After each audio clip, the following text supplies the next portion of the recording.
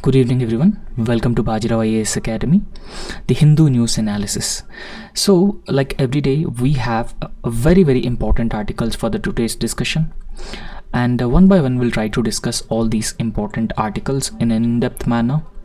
And the first article with which we're going to start this discussion is about India-Sri Lanka relations.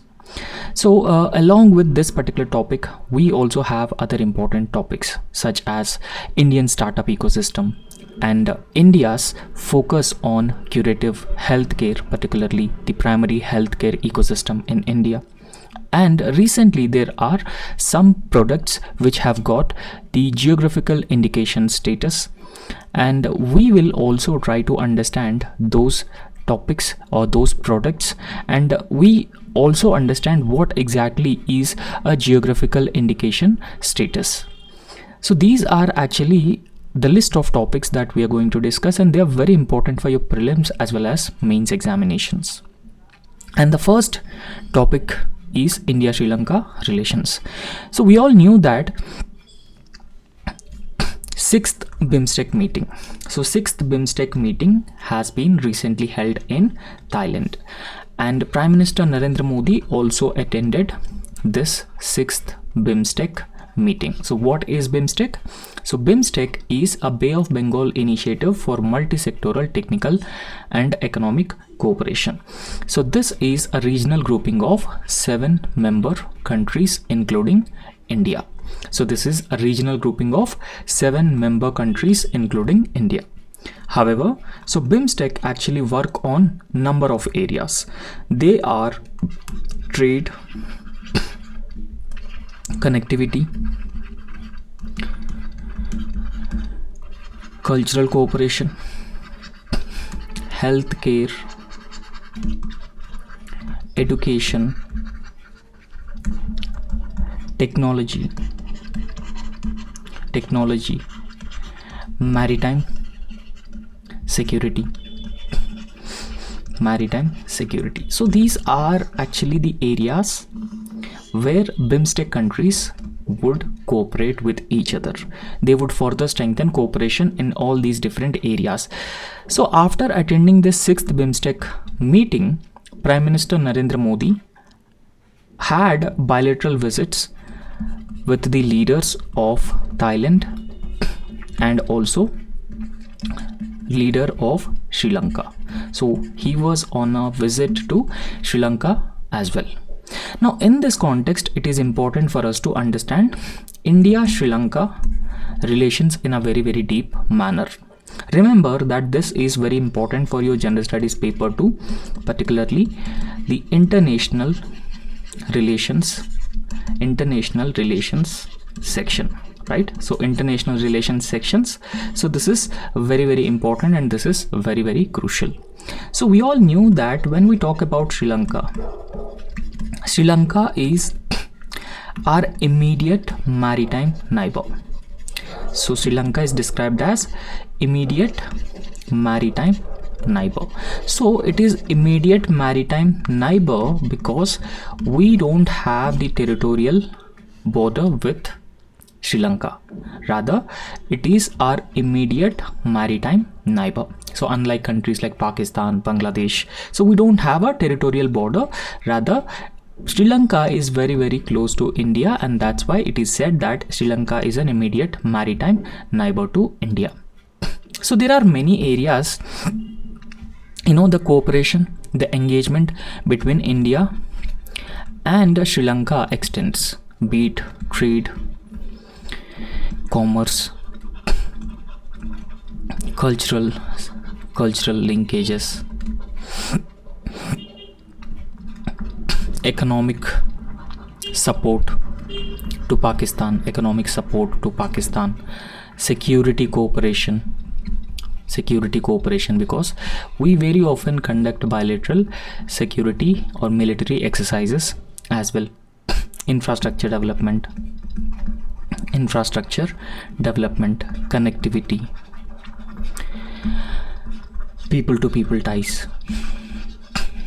People to people ties. So there are number of areas both India and Sri Lanka have been working on. So there are challenges also in the bilateral relations of these countries. For example, fishermen issue is a challenge, and apart from that, this Kachativo Island issue is also another major challenge, and growing influence of China in Sri Lanka is also another major challenge that India has been facing. So India's relations with Sri Lanka are not free from the challenges. There are challenges also. So however, as I have already told you, after the 6th BIMSTEC meeting, Prime Minister Narendra Modi went to a bilateral visit to Sri Lanka, right? So in this bilateral meeting between the Sri Lankan President as well as Indian Prime Minister, so there are certain outcomes that have achieved. So we'll try to briefly discuss those outcomes, and then we'll discuss the bilateral relations between both India and Sri Lanka.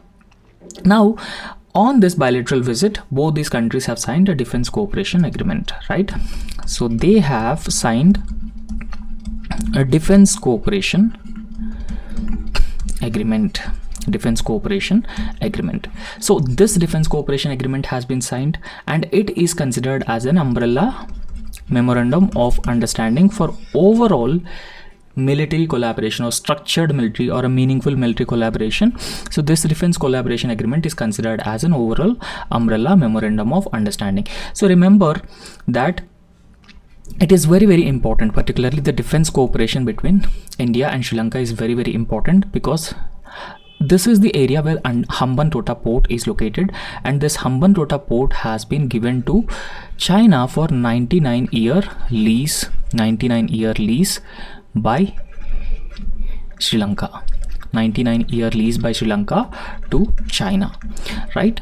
So since this port is managed by China, it is a security concern for India. So in order to counter Chinese security threat, we need to have a strong and deeper defense cooperation with Sri Lanka, and for that, a meaningful or a structured defense collaboration, this defense cooperation agreement has been signed by both leaders of India and Sri Lanka.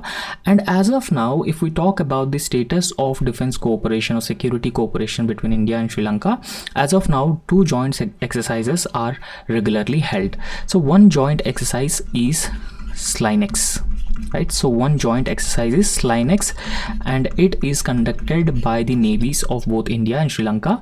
And another exercise is Mitra Shakti. So Mitra Shakti is another military exercise between the armies of both India and Sri Lanka. So you just have to remember SLINEX as well as Mitra Shakti. They are very, very important to counter overall Chinese presence in Sri Lanka.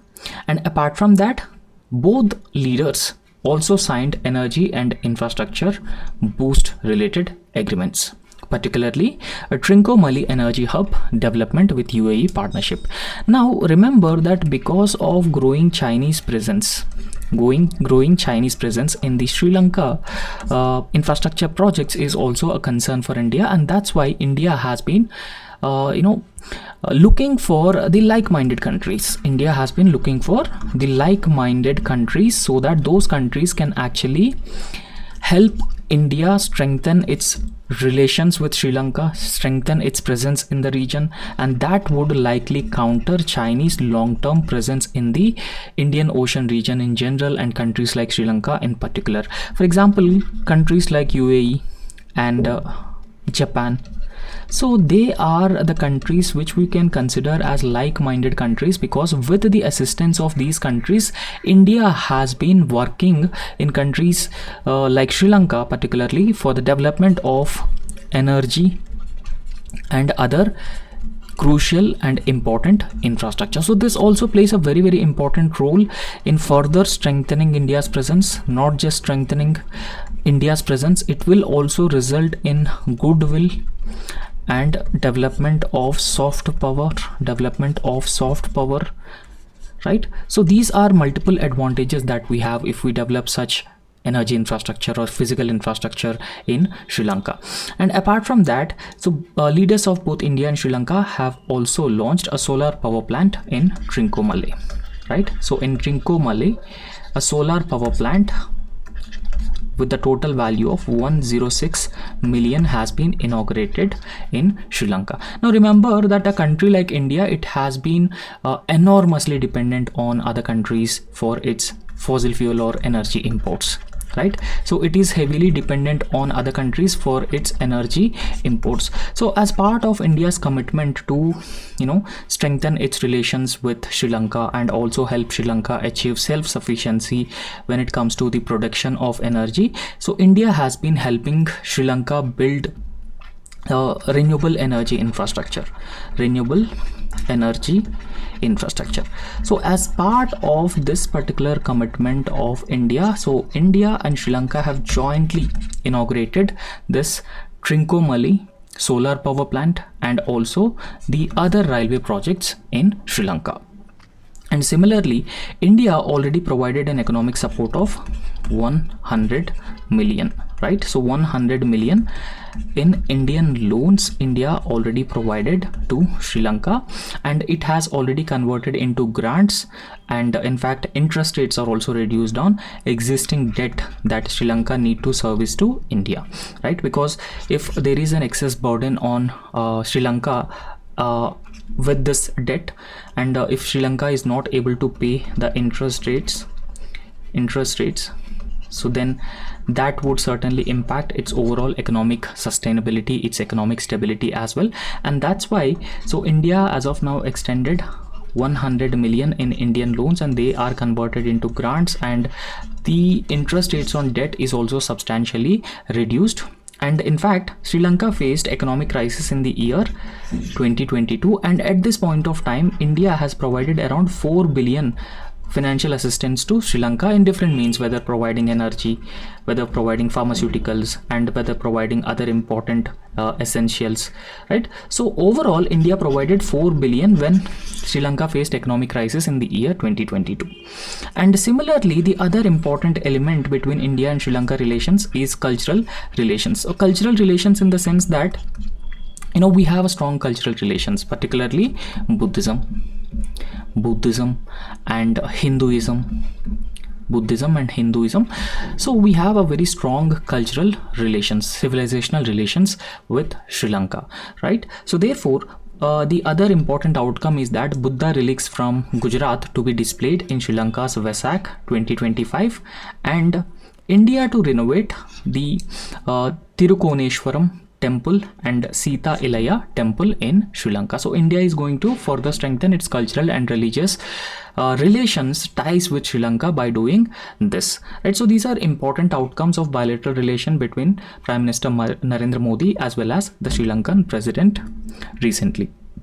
Now we'll understand some historical relations between India and Sri Lanka, right? So we'll understand some historical relations, and we also understand the foundational aspects of relations between India and Sri Lanka. We try to understand the challenges and way forward as well, right? So if we talk about the historical relations, one thing that we should understand that Emperor Ashoka, we all knew that Emperor Ashoka, so he belonged to the Mauryan Empire.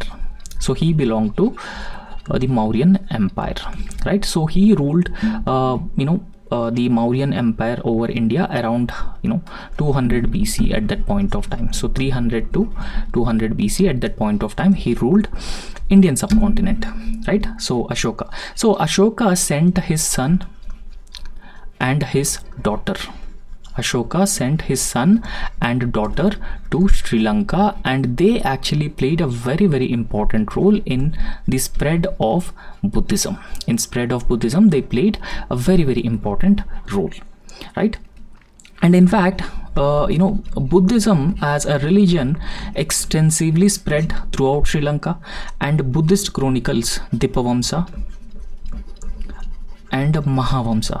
These are Buddhist chronicles in Sri Lanka, Dipavamsa and Mahavamsa. They have extensively written about the ancient India's culture, ancient India's political, economic, and every aspect, every different aspect. So therefore, we have cultural relations or civilizational links, right? So Buddhism is an area which has been commonly connecting, right? So it is being said that it is a link between Bodh Gaya in Bihar and Anuradhapuram Mahabodhi temple in Sri Lanka. And even during the colonial times also, we also have common colonial history, right? So we have common colonial history, and even during colonial times and post independence ties between India and Sri Lanka, so they have shared the anti-colonial struggle, right? So they have had the anti-colonial struggle, they faced the struggle, and in fact the formal diplomatic relations between Sri Lanka and India began in the year 1948, soon after Sri Lanka has got independence from the British rule. So 1948 was the year. From this particular year, the bilateral relations between India and Sri Lanka started flourishing. And in fact, India also sent Indian peacekeeping force to Sri Lanka when Sri Lanka had seen the violent civil war. So there was a violent civil war in Sri Lanka in the year 1980s. So as India's response, India sent Indian peacekeeping force, right? So as I've already told you that 1980s Sri Lanka had seen a violent civil war, and India's peacekeeping force was sent to Sri Lanka during 1987 to 1990, right?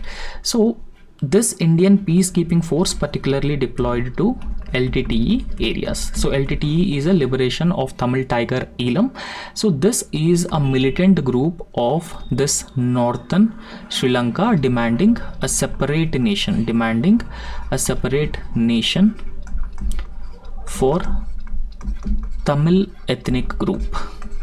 Separate nation for Tamil ethnic group, right?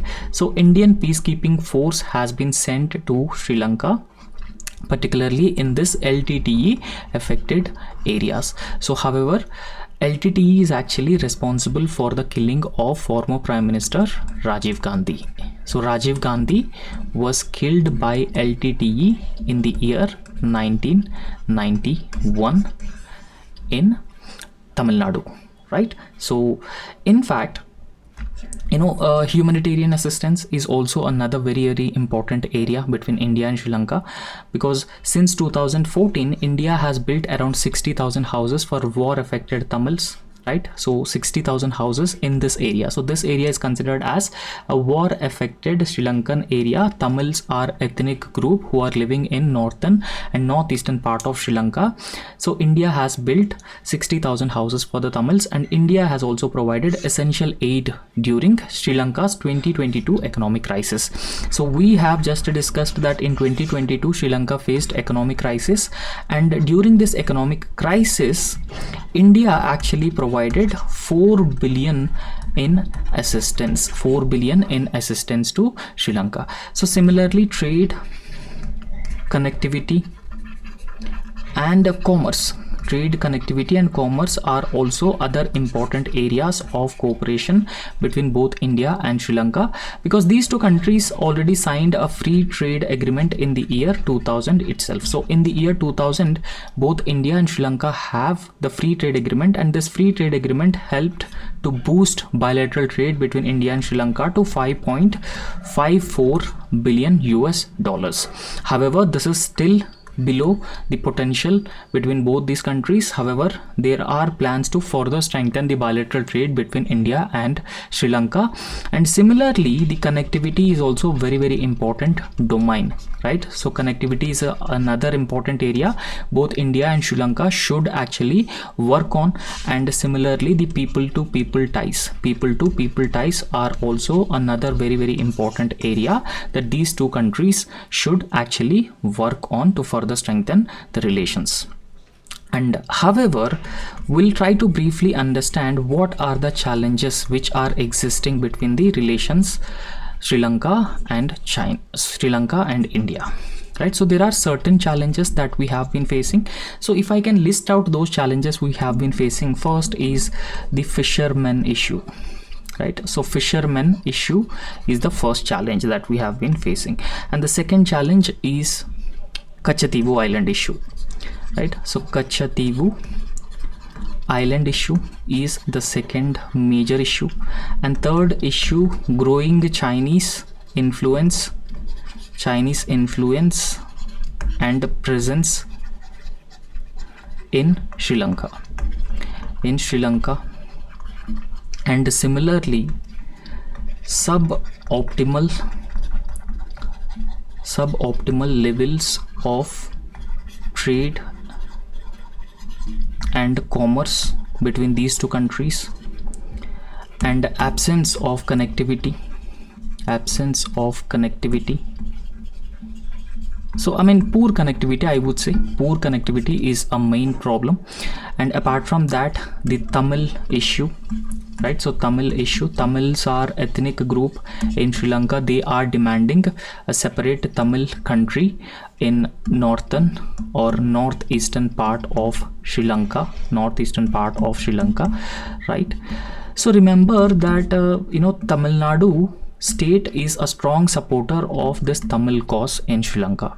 So however, the government of India also facing a lot of pressure from the government of Tamil Nadu to do something for the Tamil cause in Sri Lanka. So however, if government of India supports the Tamil cause in Sri Lanka, the Sri Lankan government viewing this with a suspicion, right? So Sri Lankan government viewing this as a suspicion that India would likely divide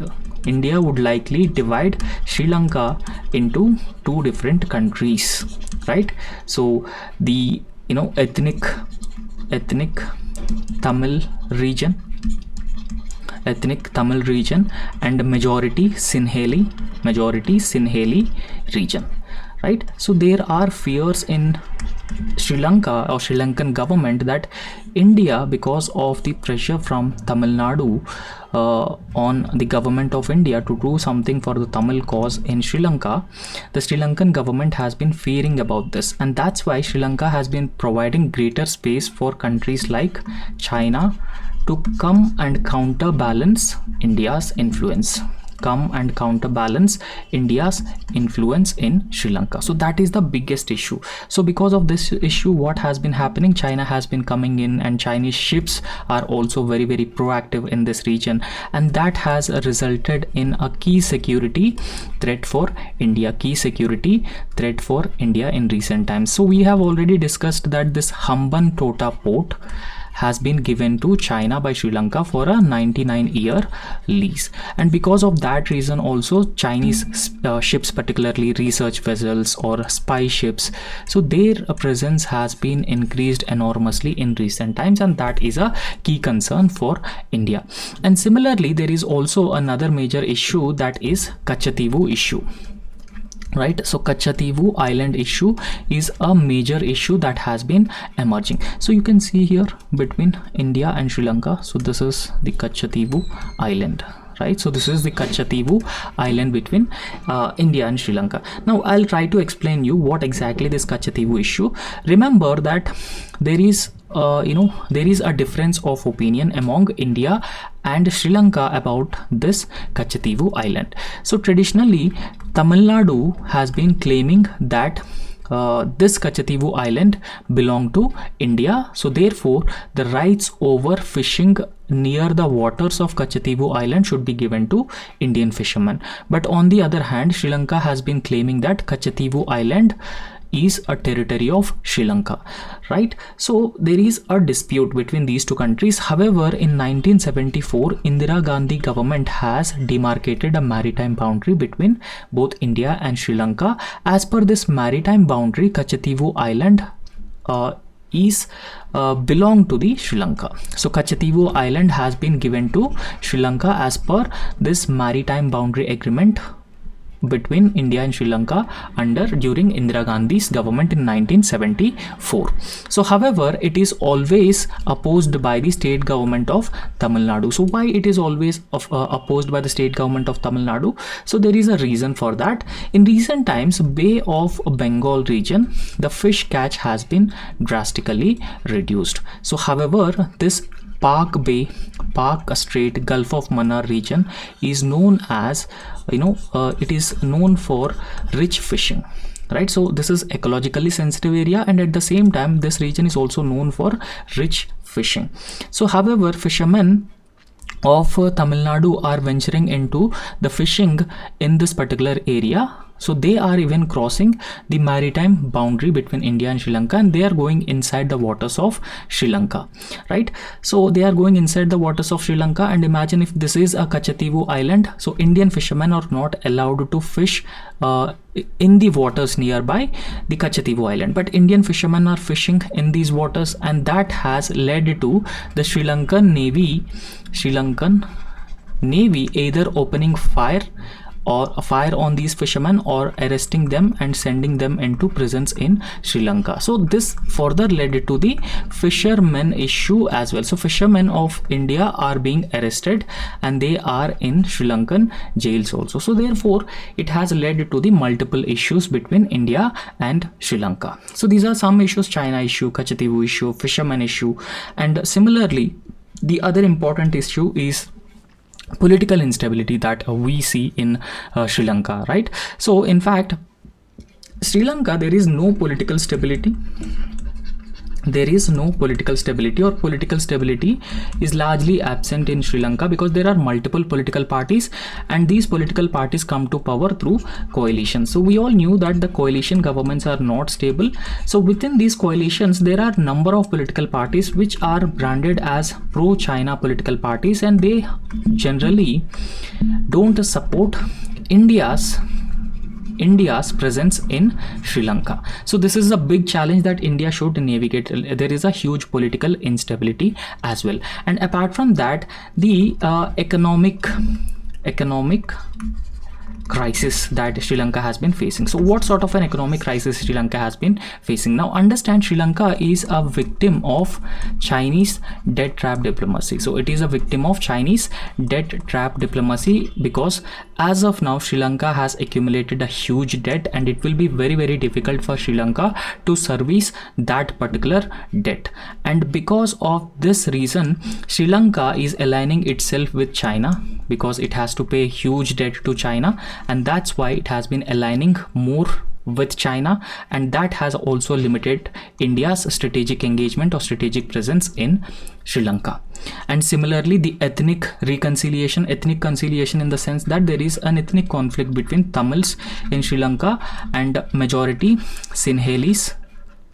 So majority Sinhalese and Tamils, there is always an ethnic conflict. So reconciliation is very, very important, and reconciliation is also in the best interest of India. So it would actually serve the interests of India. So there is a lack of reconciliation between Tamils and Sinhalese is a concern for India. Particularly, there is a 13th amendment to the Constitution of Sri Lanka, and this 13th amendment has provided certain guarantees and protections to the Tamils, or it has also provided representation to Tamils, political representation to Tamils. So therefore Sri Lanka should actually implement 13th amendment to Constitution, providing more powers to the ethnic Tamils, so that it will help reconciliation of these different ethnic groups in Sri Lanka, and that will also help India to further strengthen its relations.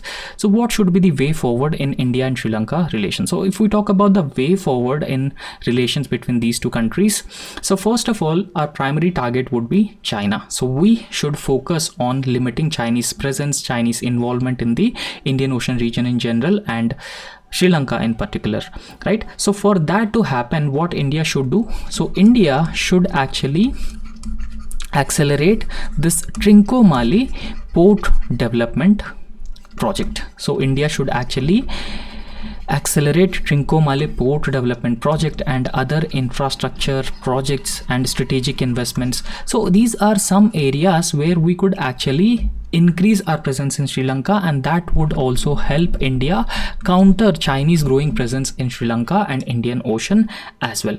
So we have a free trade agreement between Sri Lanka and India. There is a free trade agreement, but the even though we have a free trade agreement, but the trade potential is around $5 billion.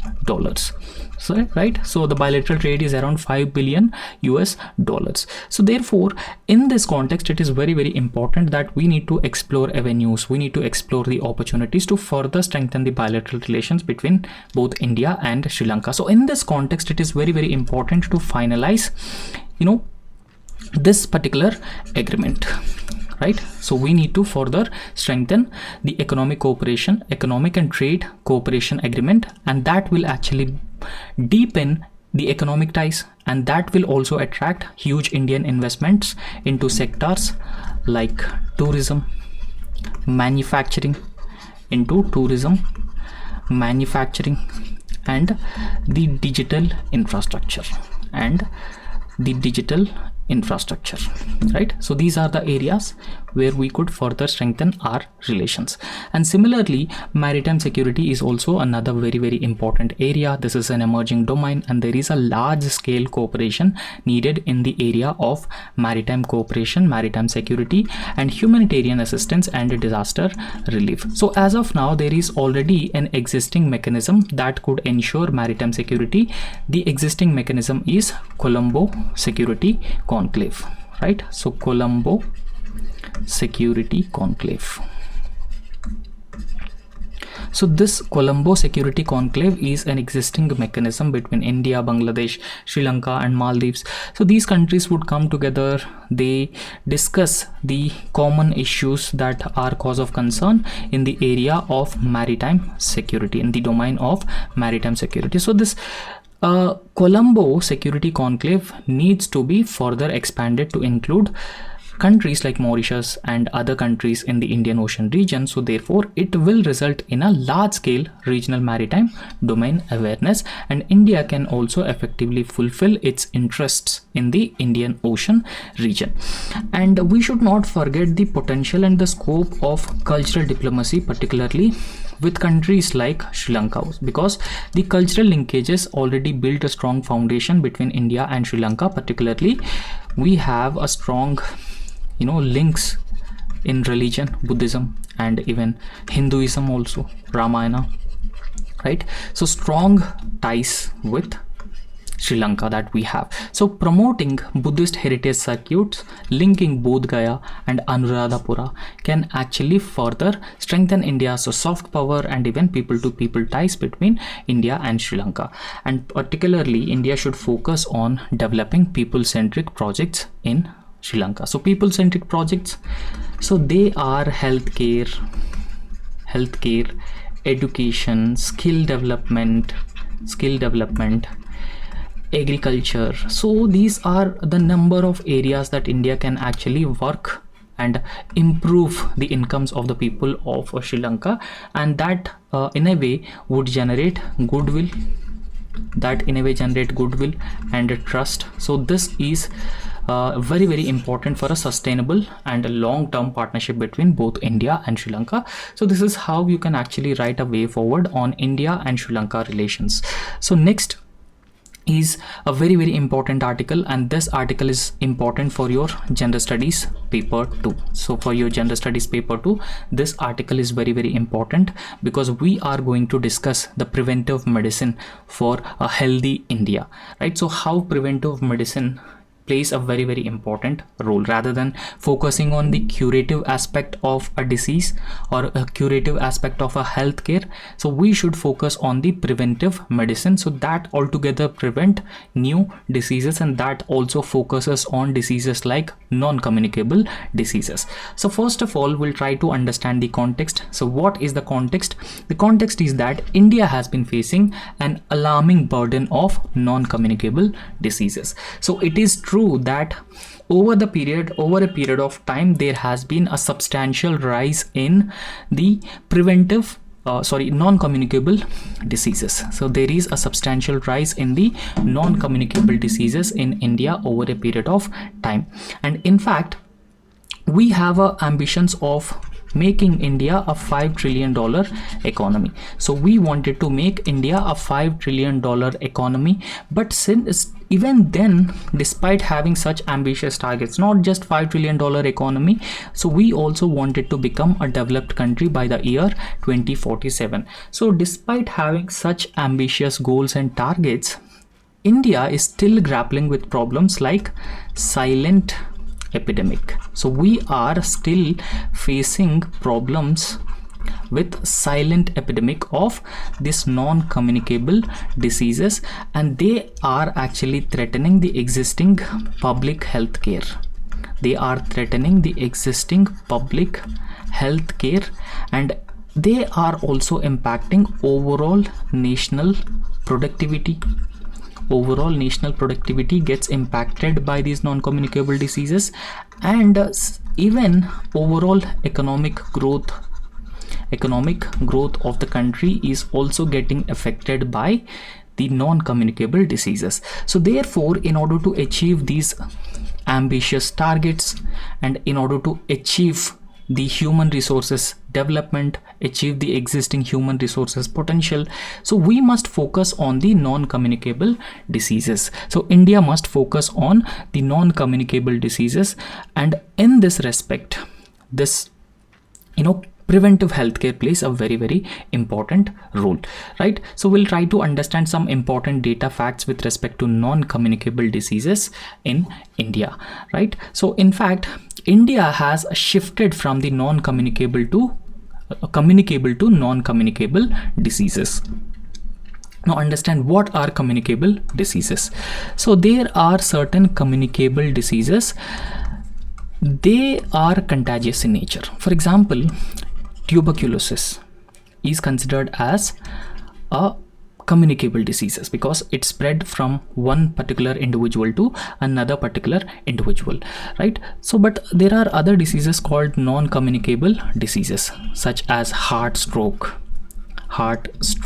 is a non-communicable disease. Diabetes is another non-communicable disease. So therefore, the overall burden of the non-communicable diseases has been substantially increasing in India instead of the communicable diseases. So it is being said that the total disease burden of the non-communicable diseases is 66%, and in fact total deaths that are taking place in India, 66% of the deaths in India are primarily because of these non-communicable diseases, including cancers, heart strokes, and diabetes, right? So most of the deaths in India are because of the non-communicable diseases. However, the impact of non-communicable diseases is also having a huge impact on working age population, right? So it is also having a huge impact on working age population, right? Because over 22% of Indians age 30 have been facing the risk of premature death from these non-communicable diseases, right? So around 22% of the population, Indian population, so who is less than 30 years, so they are less than 30 years, so they are facing the risk of death because of the non-communicable diseases, thereby compromising India's overall demographic dividend as well as the productivity as well, right? So it has resulted in compromising the demographic dividend and overall productivity of the India's workforce.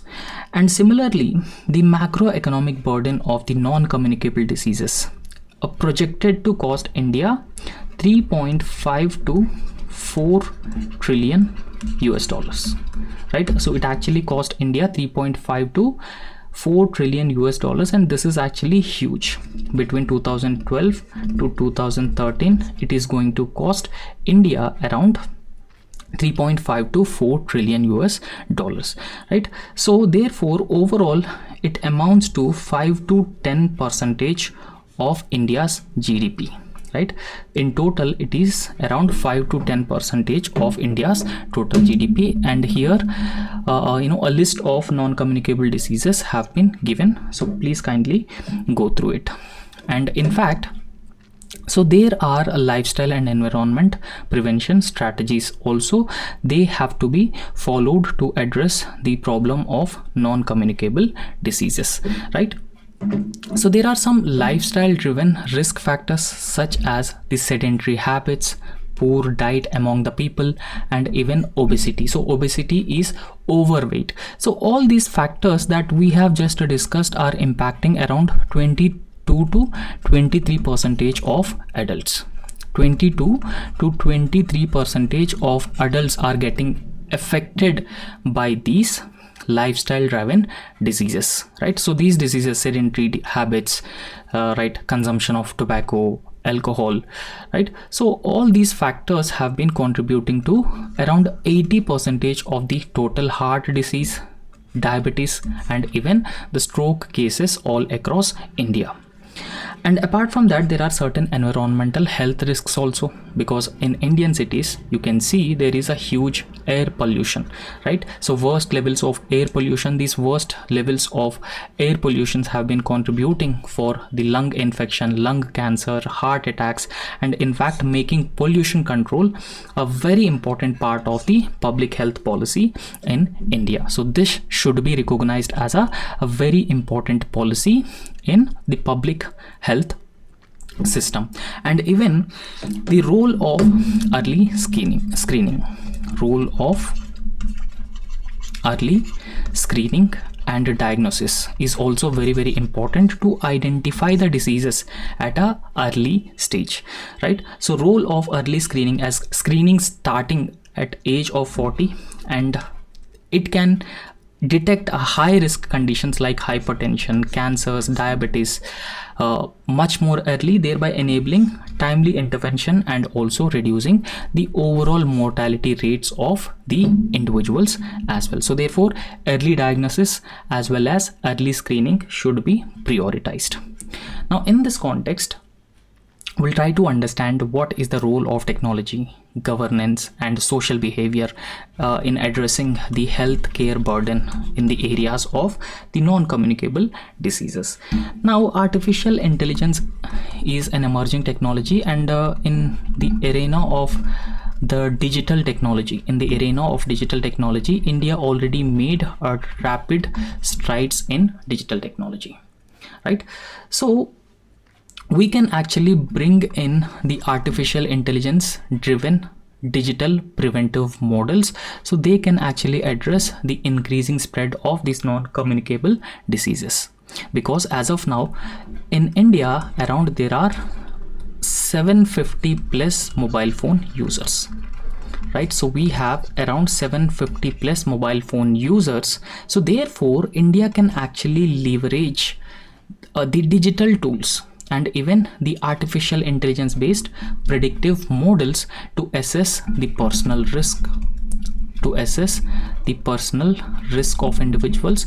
And we can also use this artificial intelligence and other digital technologies to detect diseases early. So we can actually detect these diseases early via radiological diagnosis.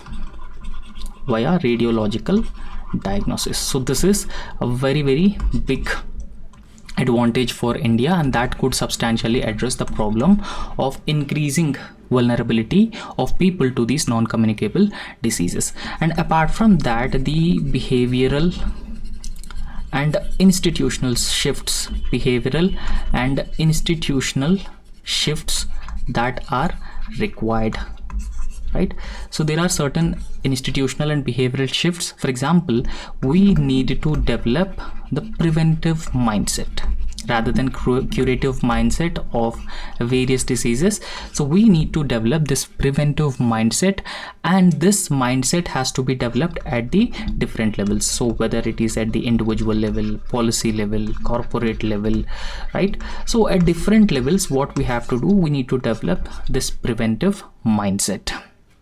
And this will help in giving sustainable results when it comes to reducing the incidence of non-communicable diseases among people, right? So in fact, government schemes such as National Program for the Prevention and Control of Non-Communicable Diseases, so that is the program that the government has already launched to address the problem of non-communicable diseases such as cancer and respiratory diseases, heart, strokes, diabetes, and so various other diseases.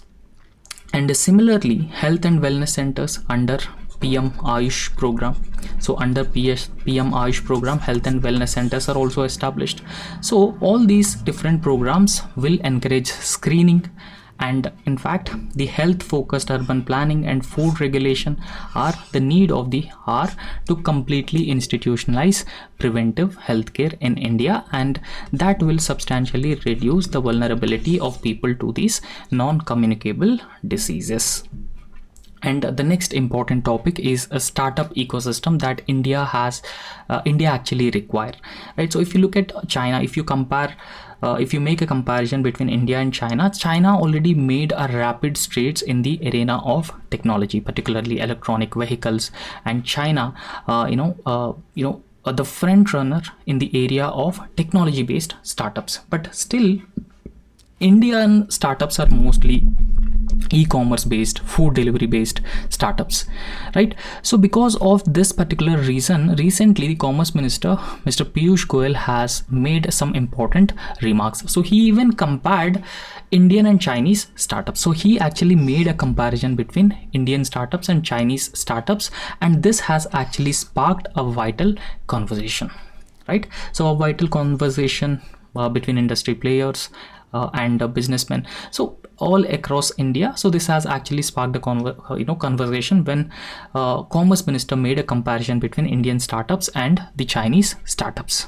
And in fact, according to him, Indian startups are largely concentrated in the areas like online food delivery platforms, betting apps. But when you look at the Chinese startups, so they are advancing in strategic sectors such as electric mobility, artificial intelligence, and recently China has come up with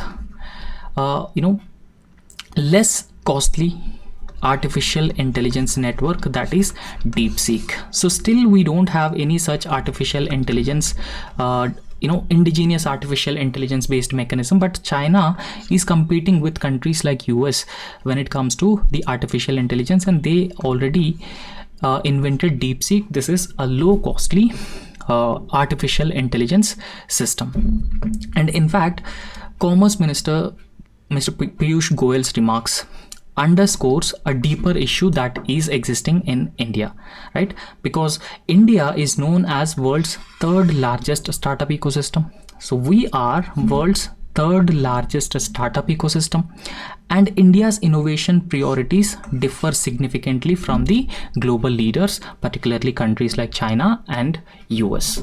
So therefore, he actually called for the intellectual property rights led growth in India, or innovation led growth in India. So this innovation led growth is very, very important, rather than just solely depending on startups which are based on online e-commerce, online gaming, or even all these different things, right? So there is a need to develop our own intellectual property.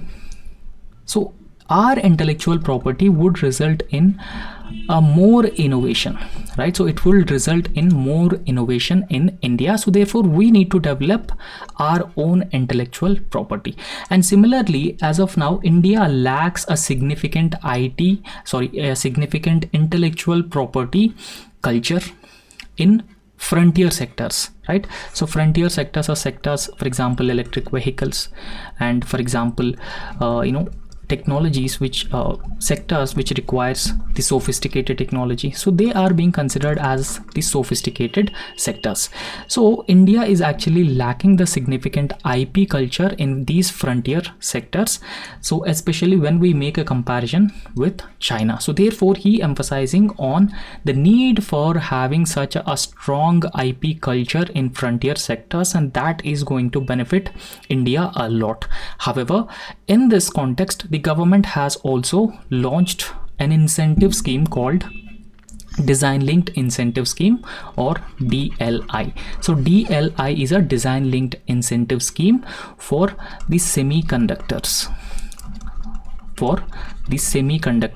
and it aims to address this particular gap, right? So instead of just depending on the startups, so which are very simple in nature, so India needs to invest in the frontier technologies, and Indian startups need to work on these frontier technologies, and that's how we can actually build the gap between India and China, and we can also build the gap between the existing startups in India and the future startups that needs to be more and more sophisticated, and that should be based on a strong intellectual property rights culture. And when we talk about the electric vehicles manufacturing in China, so China has achieved a significant success when it comes to the electric vehicle manufacturing. But on the other hand, such significant success or achievement in the area of electric vehicle manufacturing is largely absent in India, because China leads in electric vehicle and battery technologies, and in fact it has also been outpacing the Western companies as well. It is successful in outpacing Western countries in battery manufacturing, battery technologies, electric vehicles. However, India remains heavily dependent on Chinese innovations in this domain. We are just importing those Chinese products.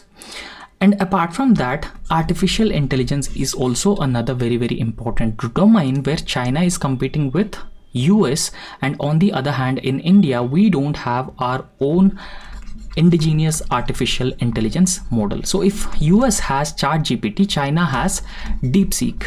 So DeepSeek is much more cost effective than the ChatGPT. But India, on the other hand, failed to develop our own indigenous artificial intelligence model. So that's where we still lag behind, and that's where this comment has been justified by some experts as well.